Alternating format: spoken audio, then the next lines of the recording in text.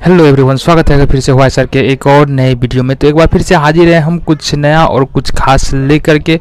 और ये क्लास जो है ना उन स्टूडेंट्स, उन छात्रों के लिए है जिनका बेसिक बहुत कमज़ोर है और वो जब 9th या 10th का मैथ सॉल्व करने के लिए जाते हैं तो बहुत सारी परेशानी होती है। तो अगर जिनका बेसिक ठीक ठाक भी है वो भी अगर इस वीडियो को देखते हैं तो ज़रूर है कि कुछ ना कुछ फ़ायदा तो होगा। फिलहाल वैसे छात्र जो बहुत ज़्यादा कमज़ोर है, खास करके उनके लिए वीडियो है। ठीक है, तो शुरू करेंगे हम यहाँ पर बेहद ही स्टार्टिंग से। आपने बचपन से लेकर के पढ़ा है 3 + 4 = कितना 7। 3 + 4 = 7। अब आप सोच रहे होंगे कि इतना आसान बता रहे हैं, तो थोड़ा धैर्य रखिए, देखिए आगे क्या क्या आता है। ठीक है, होता सब कुछ वही है, लेकिन हम क्या करते हैं कि उसको छोड़ते चले जाते हैं पिछले क्लासों में, जिसके कारण दिक्कतें आ जाती है। ये आप समझ में आ गया। और 3 - 2 बराबर कितना हो जाएगा? 3 - 2 बराबर कितना हो जाएगा? 1। ठीक है, 3 - 2 बराबर 1 हो जाएगा। लेकिन यहीं पर अगर -2 और +3 किया जाए तो कितना होगा? ठीक है, तो भी 1 ही होगा। अब कारण क्या है?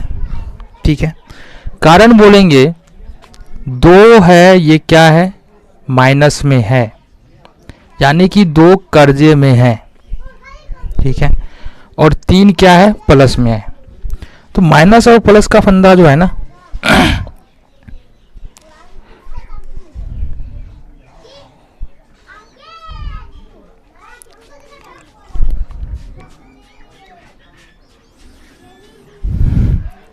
तो 2 माइनस में है। कैसे समझेंगे कि कोई संख्या कब प्लस में है और कब माइनस में है? ठीक है, तो किसी भी संख्या की यदि बाएं साइड में कोई चिन्ह नहीं रहे, हम बात कर रहे हैं किसी भी संख्या के बाएं साइड में यदि कोई चिन्ह नहीं रहे, तो जैसे 3, 4, 5, 6, तो इसके बाएं और दाहिने में से कोई चिन्ह नहीं है। दाहिने वाला से तो हमको मतलब ही नहीं है, इस साइड से तो हमको मतलब ही नहीं है। बाएं साइड में जो चिन्ह, अगर कोई चिन्ह नहीं हो तो ये संख्याएं प्लस में कही जाएगी। किसमें? प्लस में कही जाएंगी। अगर बाएं साइड में कोई चिन्ह नहीं है तो ये संख्याएं प्लस में कही जाएगी। और बाएं साइड में यदि माइनस का चिन्ह है तो ये संख्याएं माइनस में कही जाएगी। बाएं साइड में माइनस का चिन्ह है तो ये संख्याएं माइनस में कही जाएगी। ठीक है, अब यहाँ पर समझने वाली बात है कि प्लस और माइनस का प्रयोग मैथमेटिक्स में क्यों आया? प्लस और माइनस का प्रयोग मैथमेटिक्स में क्यों आया, गणित में क्यों आया? जाहिर सी बात है कि हमारे लाइफ में बहुत सारी ऐसी प्रॉब्लम होती है जिसको सिर्फ प्लस के सहारे सॉल्व नहीं किया जा सकता। सपोज डेट आपने किसी दुकानदार से 100 रुपये का सामान लिया और आपके पास उस समय केवल 50 रुपये देने को था। ठीक है, तो यहाँ पर जो है ना ये माइनस में 100 रुपया है, ठीक है, और प्लस में 50 रुपये, यानी जो हमारे पास है वो तो प्लस, अपना धन है प्लस में है, और माइनस में कितना है? 100 रुपया। ठीक है, तो 100 में से अगर 50 घटाएंगे तो 50 आएगा। ठीक है, और वो भी चूंकि यहाँ पर 150 देने के बाद भी कर्जा में कितना बच रहा है? 50 बच रहा है, इसलिए कर्जे वाले को हम माइनस से दिखाते हैं। माइनस का मकसद बस यही है कि वो कर्जे वाले धन को बताता है। ठीक है, अभी के लिए हम इतना याद रखेंगे। ये प्लस माइनस का फार्मूला। अच्छा, यहाँ पर जो है ना अगर 3 + 2 लिखा है या 2 + 3 लिखा है, इसका मतलब बिल्कुल सेम होता है।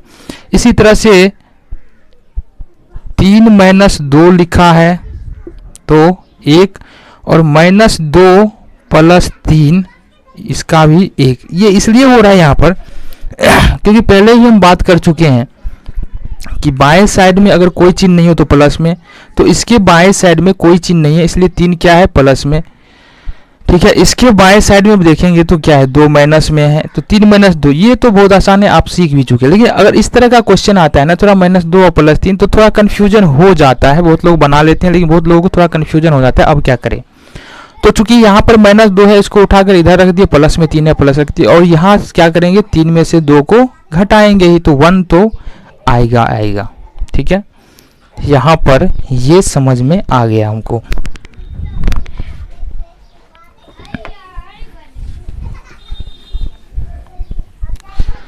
आगे देख लेते हैं हम।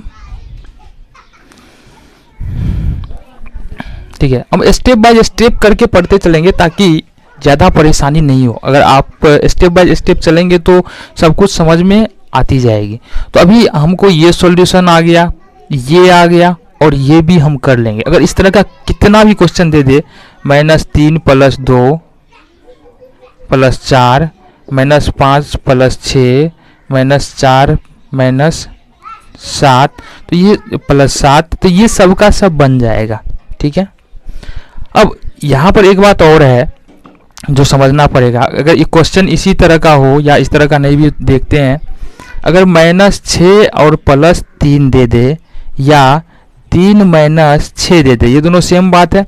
इसके आगे में प्लस है, इसके आगे में बाएं साइड में माइनस है, इसके बाएं साइड में माइनस है, इसके बाएं साइड में कुछ नहीं तो प्लस है। तो ये दोनों बात तो सेम है, आंसर भी सेम आएगा, बिल्कुल आएगा।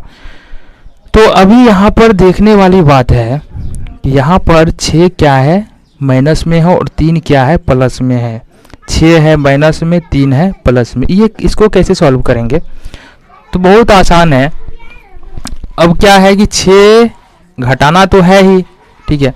अब नहीं तो ऐसे भी इसको समझ सकते हैं कि ये 6 है, बड़ा 6 है ना, बड़ा 6 है और इसके आगे माइनस लगा, माइनस लगा है कि हमने किसी से ये धन उधार लिया है और हमारे पास अभी 3 रुपया है।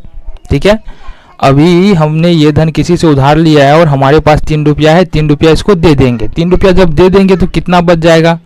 3 रुपया। अब चूंकि 3 रुपया अभी भी जो है वो कर्जे में है, इसलिए इसके आगे माइनस का चिन्ह लगाएंगे। इसी तरह से यहाँ भी हमारे पास 3 रुपया है और 6 रुपया हमने किसी से उधार लिया था, 3 रुपया इसको दे देंगे तो फिर कर्जे में क्या बच जाएगा? 3 रुपया। अब जब कर्जे में 3 रुपया धन बचता है तो उसके पहले क्या लगाते हैं? माइनस लगा देते हैं। ठीक है, तो ये बेहद कुछ शुरुआती बात है। जैसे जैसे आगे बढ़ेंगे थोड़ी मुश्किलात बढ़ेगी, देखते हैं।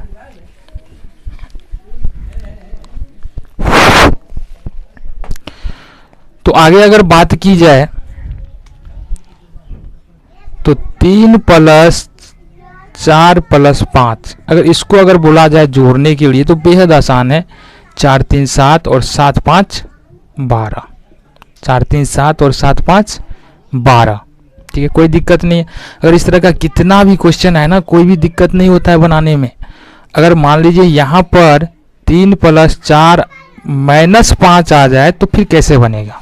ठीक है, आप लोगों में से बहुत को ये सब आता होगा, लेकिन बहुत लोगों को यहाँ पर परेशानी होती है क्योंकि वो शुरू से मैथ नहीं पढ़े हैं, तो जिसके कारण इसलिए एक एक बातों को देखना जरूरी है। जब तक आपका बेसिक ठीक नहीं होगा तब तक आप बेहतर तरीके से मैथ नहीं बना पाएंगे, इसलिए ये सब को दूर करना बहुत ज़रूरी है। तो यहाँ पर अब इस क्वेश्चन को कैसे सॉल्व किया जाएगा? तो सबसे पहले तो हमको ये आना चाहिए कि 5 माइनस में है या प्लस में है, 4 माइनस में है या प्लस में है, 3 माइनस में है या प्लस में है।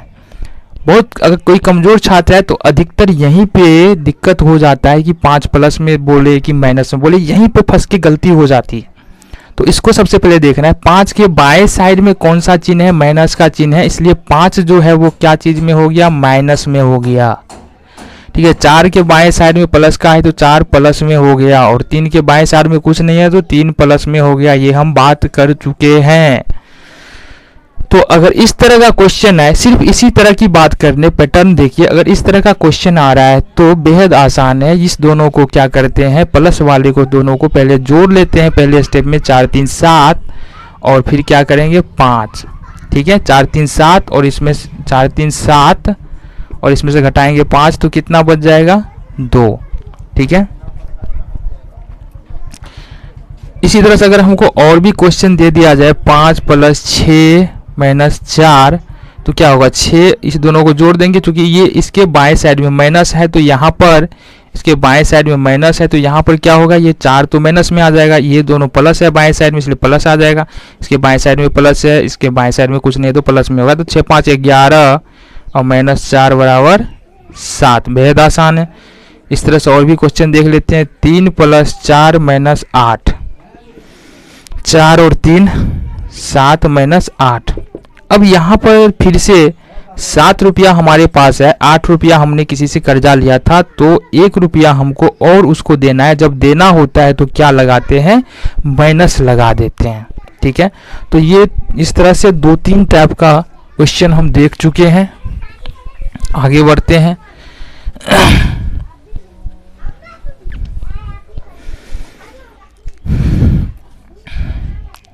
अब देखते हैं 3 + 4 - 3 - 2। एक ये अलग टाइप है, इसको देखना है किस तरह से बनाएंगे। तो सबसे पहले इस तरह के क्वेश्चन में सबसे ज़्यादा अहम बात यही होता है कि अगर आपको माइनस और प्लस के साथ संख्या को पहचानना आता है तो कोई भी दिक्कत तो होगा नहीं बनाने में। ठीक है, तो यहाँ पर देखते हैं सबसे पहले 2 के बाएं साइड में क्या है, माइनस है।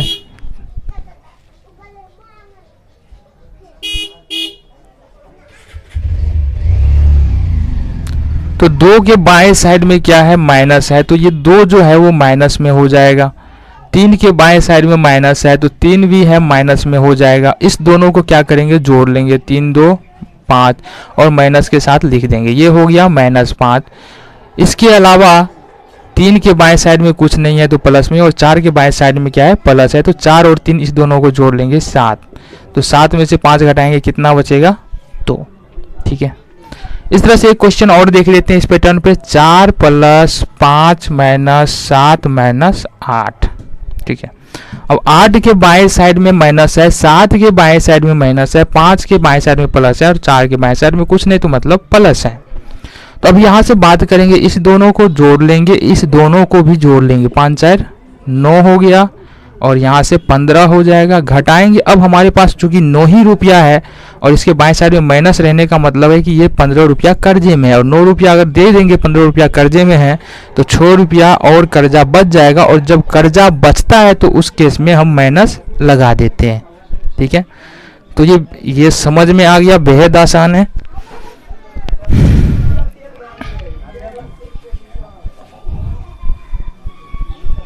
ठीक है,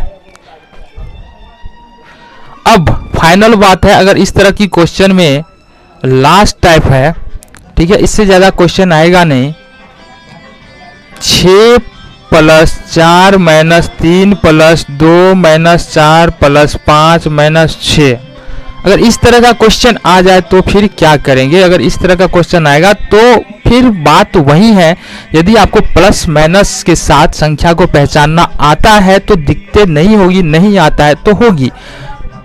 देखेंगे 6 के बाएं साइड में माइनस है, 4 के बाएं साइड में माइनस है, 3 के बाएं साइड में माइनस है, तो 3 4 और 6 ये माइनस है तो माइनस वाले को एक साथ जोड़ लेंगे, 3 4 3 7 और 6 13 और इसको माइनस के साथ लिख लेंगे।